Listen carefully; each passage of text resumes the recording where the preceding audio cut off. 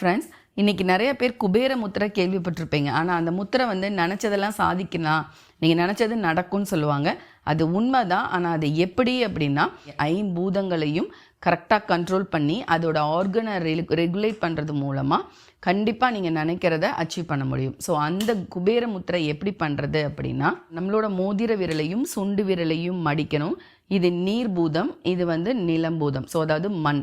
So அந்த ரெண்டையும் ரொம்ப ஹைப்பராக இருக்குது. ஸோ அதை ரெடியூஸ் பண்ணி, ஏன்னா அதுதான் அப்படின்னு நம்மளை ஒரு மாதிரி அடிக்ஷன் அதிலலாம் போக வைக்கிறது வந்து இந்த ரெண்டு பூதம். ஸோ அதை வந்து குறைத்து இந்த 3 விரல், அதாவது ஆகாயம், வாயு அண்ட் நெருப்பு பூதம், 3ஐயும் வந்து சமன்படுத்துகிறோம்.